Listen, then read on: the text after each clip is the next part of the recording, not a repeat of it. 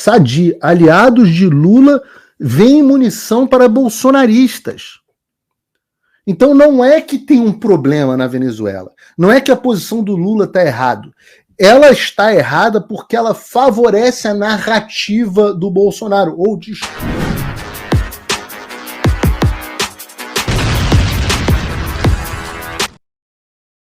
Opa, eu sei que você não aguenta mais ouvir. Eu pedi para você fazer o triplo C, curtir, comentar e compartilhar. Mas eu peço porque 4 entre cada 10 pessoas sequer estão inscritas no canal e a maioria não ativa as notificações e nem curte o vídeo, e isso prejudica o nosso algoritmo. Então ajuda a gente aí. Brigadão. E é por isso que o amigão do Maduro foi o primeiro que botou a cara, junto com o Partido dos Trabalhadores, para dizer que o sistema venezuelano eleitoral é seguro e inviolável. Tá aí. Dirceu parabeniza Maduro e diz que o sistema eleitoral da Venezuela é seguro e inviolável. Claro, são parceiros no crime. E esse homem dá entrevistas livremente, fala nas redes sociais, como se não houvesse amanhã. Como se não houvesse amanhã, como se não tivesse nada acontecendo, tá tudo certo. O Paulo Figueiredo não. O Paulo Figueiredo não pode ter redes sociais, que é perigosíssimo o Paulo Figueiredo ter redes sociais. Precisa ter shadow ban. Mas o Zé Dirceu não. O Zé Dirceu tem algum problema para acessar as redes sociais dele? O homem que a gente tem a delação aqui dizendo que era o amigão do ditador da Venezuela, que trabalhou o financiamento da ditadura da Venezuela com dinheiro do PT, desviado do nosso dinheiro do contribuinte. Eu não gosto desse termo contribuinte, eu gosto do pagador de impostos. Aí esse homem é o que bate no peito para dizer seguro e inviolável. Igualzinho ao do Brasil. Os mesmos termos. É o mesmo homem que diz que o sistema do Brasil é seguro e inviolável, diz que o da Venezuela é seguro e inviolável. Logo, o sistema brasileiro é como o da Venezuela. E é tão como a Venezuela que agora o Maduro, numa das cenas mais ridículas que eu vi nos últimos dias, e olha que eu tenho visto bastante coisa ridícula, o Maduro pede ao Supremo Tribunal que valide as suas eleições. Ao Supremo Tribunal da Venezuela, não do Brasil.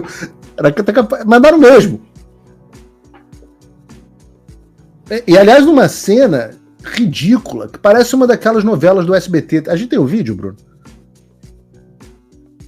Ante esta sala electoral para introducir como jefe de Estado, presidente de la República, un recurso contencioso electoral en base a la Constitución, a la Ley Orgánica de Procesos Electorales, a la Ley Orgánica del Tribunal Supremo de Justicia, para que esta sala electoral se aboque de inmediato a revisar todo el proceso electoral, todo el evento electoral, y pida al Consejo Nacional Electoral todos los elementos de prueba del ataque cibernético, pida todas las actas, revise todo el proceso, convoque a todos los candidatos presidenciales, a todos los partidos políticos, y le puedo decir que el Gran Polo Patriótico y el Partido Socialista Unido de Venezuela, quien también represento, está listo para consignar ante esta sala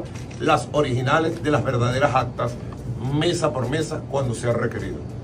Y dejo entonces en manos de la sala electoral la resolución constitucional. Reparem a cara das pessoas. Tem como aumentar um pouquinho isso aí, Bruno? A cara das pessoas é demais. Olha a cara da moça. É muito ridículo, meu Deus do céu. Sabemos el compromiso que tenemos con la paz, con la democracia, con la patria, y cuente con que cumpliremos cabal y fielmente la Constitución y toda y cada una de las normas atinentes de nuestro ordenamiento jurídico para que el pueblo venezolano se sienta reivindicado y que pueda ver en la justicia venezolana la garantía de que su voto y su voluntad será respetada. La paz o voto vai ser respeitado. Prevalecerá. A paz. Vencerá, como decía el libertador Simón Bolívar. Vencerá la paz. Muchas gracias. Paz, democracia, voto, povo, são só chavões sendo repetidos, ou flatus voces, como o Olavo de Carvalho costumava dizer, porque não tem significado. É simplesmente um peido verbal sendo emitido. Né? E é tudo muito ridículo, como, aliás, eu disse no último programa, porque é a mesma história. Mas se torna ridículo porque o Maduro tenta reproduzir, a conselho do Lula, como a gente acabou de ver, a narrativa sofisticada que o Lula tem, né? Mas com um grau de sofisticação muito mais baixo. Então é como se fossem os efeitos especiais de um episódio de Chaves. Não Chaves com Z, mas Chaves com S. Aquele seriado que eu cresci assistindo. Então o filme é o mesmo. A narrativa é a mesma, é a que o Lula está falando para ele. Você precisa ter uma narrativa melhor. Mas você tem a produção americana, das eleições americanas, com aquele super produção, com toda a CNN, com a Fox News envolvida, com todo mundo, que teve um padrão americano, Hollywood de fraude. A produção brasileira já teve um padrão meia-boca, aquele padrão Projac. Parecia a Record fazendo os efeitos especiais daquela novela Mutantes, sabe? Já foi uma coisa meio ridícula. Só que a produção da Venezuela tem o padrão do Chaves.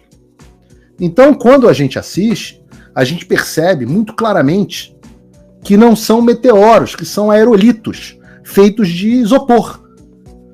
Então é uma coisa meio pastelão, é uma coisa meio ridícula. Mas, no final das contas, parece uma versão Hermes e Renato do mesmo encontro do Lula com os ministros do Supremo Tribunal Federal. Eu queria até ter botado esse clipe aqui para o programa de hoje. Porque é muito parecido. É muito parecido. É um pouco mais bem feito o teatro, mas o roteiro de que não, nós estamos auditando, nós estamos verificando, nós somos invioláveis e seguros e estamos protegendo a vontade do povo e vai preservar a paz e vamos proteger a democracia, é o mesmo. E é por isso, e é claro que está todo mundo enojado, como vocês estão dizendo aqui no site, e pensam que nós somos idiotas, mas tem mais do que isso. E isso fica bem retratado na imprensa. Eu falei no último programa sobre dissonância cognitiva. Então você imagina o ridículo de uma Folha de São Paulo ao publicar um editorial deste tipo. Lula normaliza a fraude eleitoral de um ditador. Declarações sobre o pleito farsesco da Venezuela é cínica. A Folha está acusando alguém de cinismo. Vexatório para o país é persistir na cobrança dos dados. Menos vexatório para o país é persistir na cobrança dos dados. Obrigado. O retorno ficou um pouco longe aqui, eu não consigo ver. Menos vexatório é persistir na cobrança dos dados. Folha falando em cinismo. Mas calma que, se a Folha está falando em cinismo, as definições de cinismo foram atualizadas pela Globo News por exemplo, só peguei um dos vídeos, porque senão dá para fazer um programa inteiro só sobre os vídeos ridículos da Globo News, mas vejam o grau de cinismo em um vídeo desse aqui. Se elas fossem aparecer, elas já teriam aparecido. A gente está falando na prática de um Conselho Nacional Venezuelano, eleitoral venezuelano, que acaba na prática dando um resultado de 51 a 44 e diz pra gente, olha, confia em mim porque o resultado foi esse e la garantia sou eu. Né? Eu sou controlado pelo madurismo, eu sou controlado pelo governo, mas vocês confiem que o resultado foi exatamente esse. E claro que um país como o Brasil não pode aceitar uma postura como essa. Não pode?